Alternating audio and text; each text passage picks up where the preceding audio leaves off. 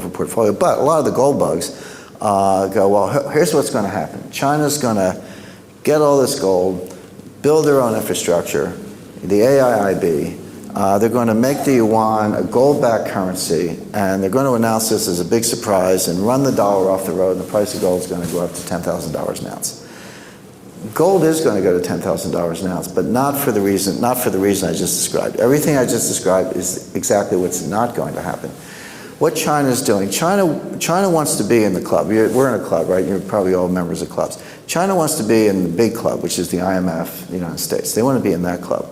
But the U.S. is holding a black ball. We're like, well, we might let you in our club, maybe we won't. What kind of behavior can we expect from you? In other words, we're using that as a quid pro quo. So China is over here building their own club. You know, a lot of clubs in the United States were started because some wealthy applicant couldn't get in the existing club. He said, heck with you, I'll build my own club, right? And that becomes exclusive. So China's doing both things at once. They want to get in the existing club, but just in case they can't, they're building their own club. So they're much more subtle, much more sophisticated. Now, what is the United States saying as the price of letting China in the club? And again, to the gentleman's question, putting the Chinese yuan in the SDR and giving China more votes at the IMF, which is what they want, that's what's in play.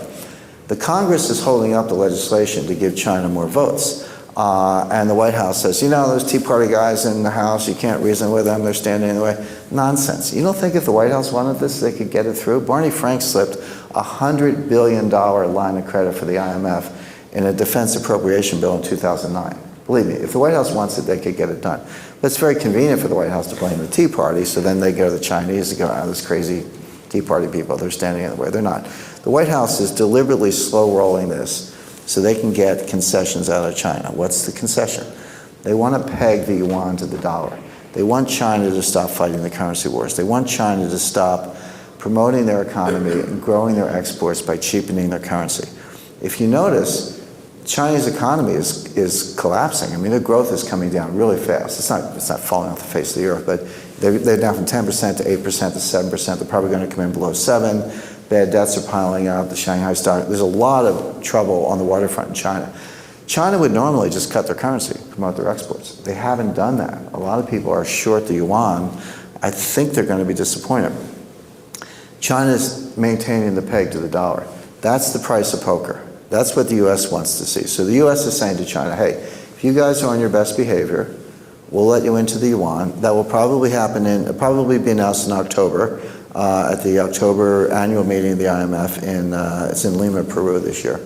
And then be effective January 1st. So now China's in the club.